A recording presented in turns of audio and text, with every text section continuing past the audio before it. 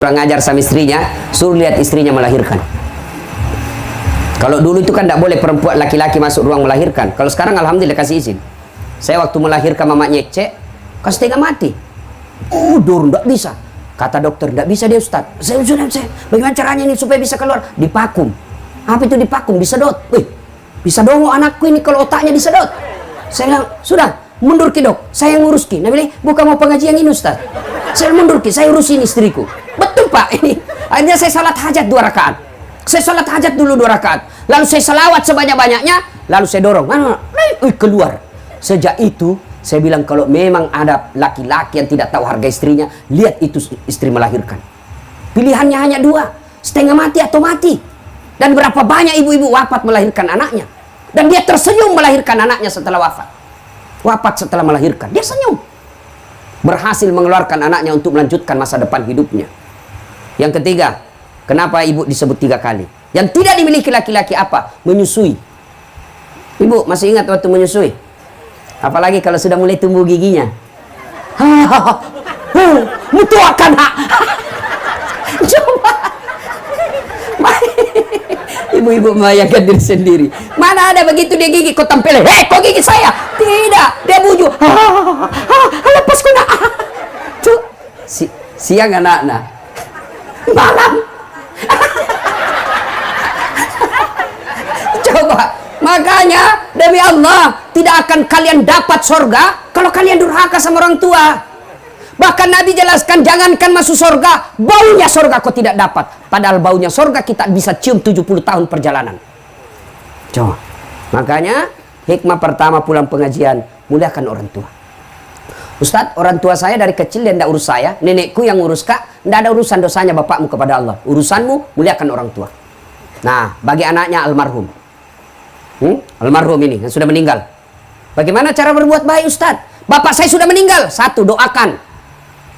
Bagaimana doakan orang meninggal? Minimal, dengar baik-baik. Anak-anaknya ini almarhum, ahli warisnya. Doa tidak harus bahasa Arab. Doa tidak harus yang ada dalam Quran dan Sunnah yang dalam buku-buku doa. Tidak. Apa yang kita doakan orang yang sudah meninggal? Ya Allah, ampuni dosa orang tuaku. Itu yang pertama. 2, terima amal ibadahnya. Ada amal tidak diterima? Ada. Amal apa? Amal pilkada. Bagi-bagi jilbab, bagi-bagi sarung, bagi baju-baju seragam. Karena mau dicoblos, demi Allah tidak ada pahalanya di akhirat.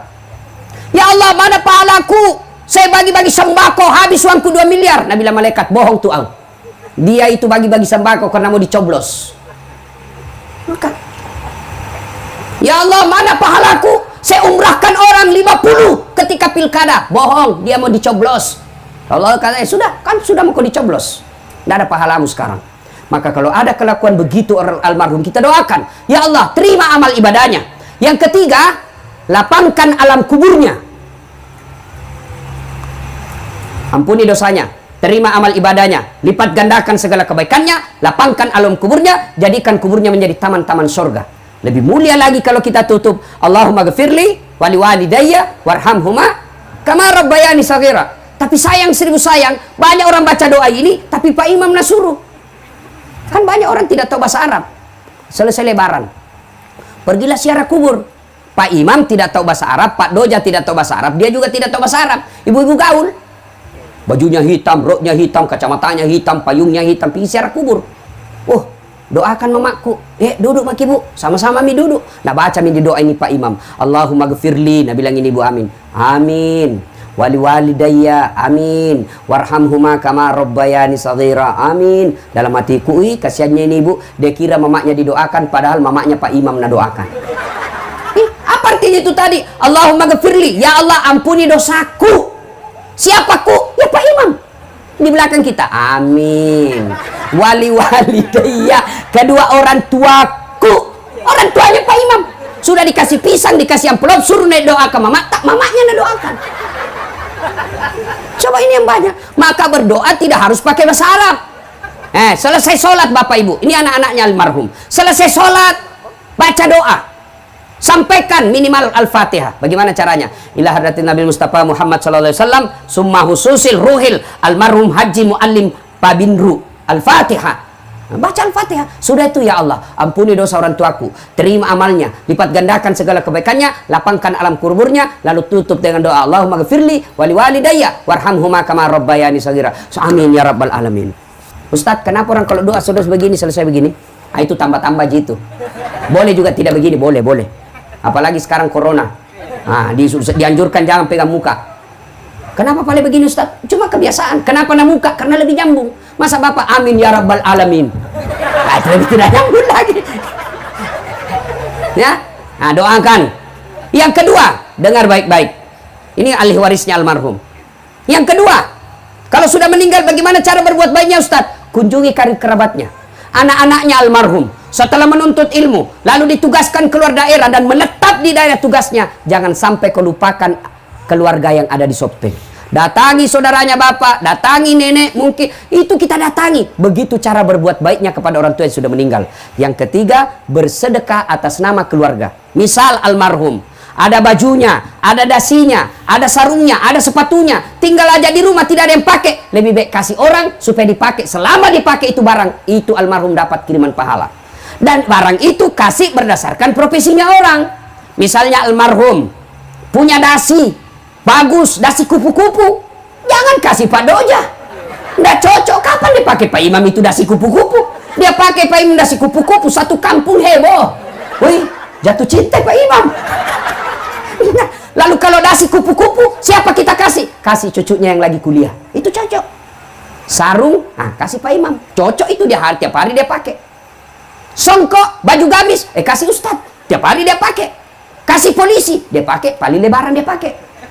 Ini namanya yang kita lihat yang produktif. Sedekah. Nah, ibu bapak, saudara-saudara sekalian. Ini cara berbuat baik kepada orang yang sudah meninggal. 1, doa. 2, mengunjungi karib kerabatnya. 3, bersedekah atas nama orang tua. Misal lagi, musyawarah saudara-saudaranya. Ini ada sawahnya bapak. Alhamdulillah karena ada semua rumah tak.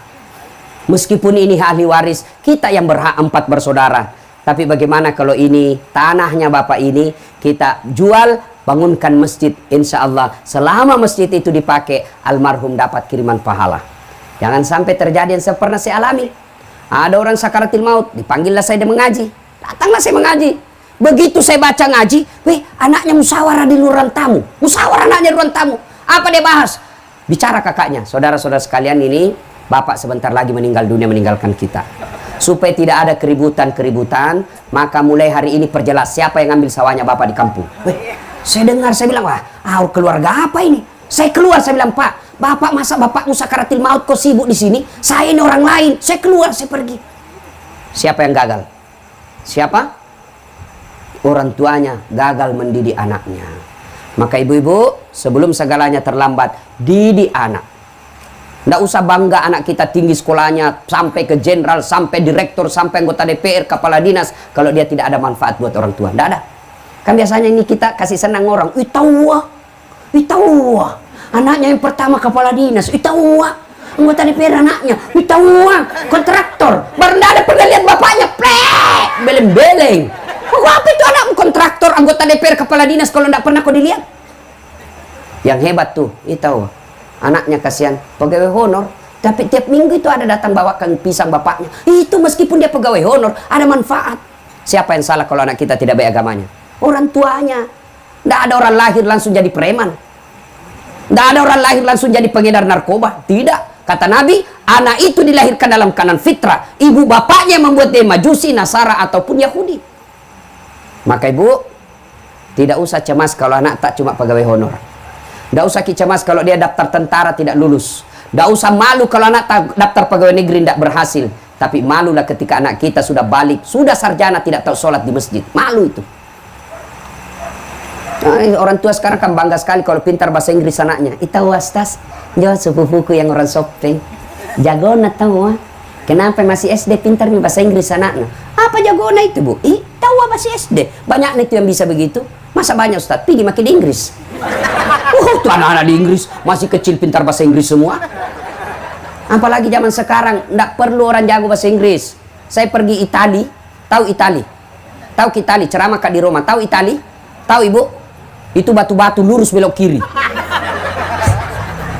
Saya kan nggak tahu pakai bahasa Itali, nyasar kak malam-malam, mau kapi cari rumah makan halal, nyasar. Mau tanya orang nggak tahu bahasa Itali, ku ingat ada Google Translate. Saya buka HP ku, buka aplikasi Google Translate, ku rekam, tolong tunjukkan saya rumah makan halal. Keluar terjemahannya dalam bahasa Itali. Ku panggil orang ada lewat, Mister. Hirantong ini orang ditanya Mister, Mister, datang, selesai. Tidak penting. Bahasa Inggris. Memangnya kalau ibu nanti meninggal, anaknya pakai bahasa Inggris berdoa? Ibu, oh my God, please help me my mother. Talekang. Mana bisa? Tetaplah bahasa Bugis. Nah, maka tidak usah cemas soal itu. Yang kedua, ini biasa kita salah mendidik anak. Terlalu cemas soal perut. Jangan makin cemas soal perut. Ada orang di Sopeng mati kelaparan? Ada orang Sopeng mati kelaparan anaknya? Kita tidak mungkin orang Indonesia ada orang kelaparan anak kita di samping. Tidak mungkin. Kita punya tepo seliro. Kita punya tenggang rasa. Kita punya orang Bugis pace, siri. Malu kita kalau tetangga kita kelaparan. Tidak ada. Tapi yang mati gara-gara narkoba anaknya banyak, bahkan bisa jadi puluhan. Mati karena tawuran banyak. Itu berarti bukan soal perut yang ibu cemaskan. Tapi apa? Mendidik anak. Ibu-ibu. Bu. Tahu cicak? Tahu cicak? Apa nama itu cicak? Masuk akal? Enggak. Satu di dinding, satu terbang. Di dinding itu nyamuk, satu terbang. Di mana ketemu? Nanda ada terminalnya. Iya toh. Tapi Allah Maha Kaya. Dengar lagu tak waktu kecil. Cicak-cicak di dinding, diam-diam merayap. Diam-diam merayap. Datang seekor nyamuk. Nyamuk yang datang. Tidak ada bilang lagu, cicak lompat ke nyamuk. Patah-patah cicak kasihan. Iya toh? Maka tidak usah cemas. Bu, wallahi demi Allah ibu, didik anak tidak usah cemas apa dia makan anak kita. Contoh Ibrahim alaihissalam. Ibrahim alaihissalam ketika usia senja, dia kumpul semua anak cucunya. Lalu beliau berkata, ya bunaya, mata buduna min ba'di. Anakku, kalau saya nanti mati, siapa kau sembah nak? Yang diingatkan siapa kau sembah? Ni kamu sumpah kau mati kak nak. Tapi ibu-ibu zaman sekarang, bapak zaman sekarang, begitu dia sudah pensiun, mata kuluna min ba'di. Nah, apa kau makan nanti kalau saya mati? Malu kita kalau anak kita tidak punya mobil. Malu kita kalau anak kita kerja hanya jual-jual bensin botolan. Malu kita kalau anak kita sudah dua anaknya tidak punya rumah. Tapi kita tidak malu kalau anak kita Ramadan merokok di pinggir jalan. Nah ini, kalau kita mau punya kekayaan paling berharga, didik anak. Bagaimana cara didik anak Ustadz? Ada dalam surah Luqman. Baca itu. Mulai dari ayat 16 dan seterusnya. Sudah dijelaskan di situ. Ya bunaya la tusyrik billah. Wahai anakku, jangan kau serikatkan Allah. Itu dulu yang pertama. Akidah dulu. Ibu-ibu nih, yang punya anak kecil. Masih kecil, ajarkan akidah kepada anak kita. Nah, Allah itu satu. Lam yalid wa lam yulad. Kalau perlu ajarkan melalui lagu. Kan ala lagu tak waktu kecil, topi saya bundar, bundar, topi saya, ganti tuh. Tuhan saya Allah, Allah Tuhan saya. Kalau bukan Allah, bukan Tuhan saya. Itu ajarkan. Tuhan banyak. Siddhartha Gautama, Yesus, tapi bukan Tuhan kita orang Islam. Siapa Tuhannya kita? Nah, Allah. Allah itu siapa? Tidak bisa dilihat. Nah, sudah ajarkan begitu. Itu lagu-lagu zaman dulu, begitu. Lagunya Tuhan saya Allah, Allah Tuhan saya. Jangan makin ajari anak tak lagu yang tidak masuk akal. Bu ani belalang kupu-kupu, siang makan nasi, kalau malam minum susu. Mana ada belalang minum susu sama makan nasi? Patolo-tolo.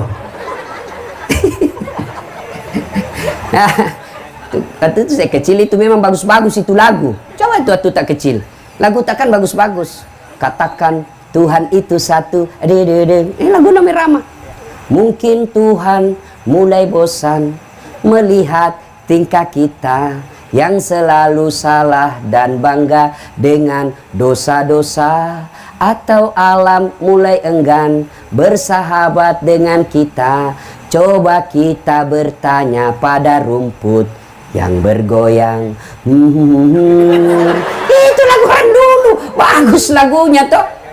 Sekarang lagunya anak-anak kita apa? Pulang-pulangku berbadan dua, Matampu li sudah cilaka.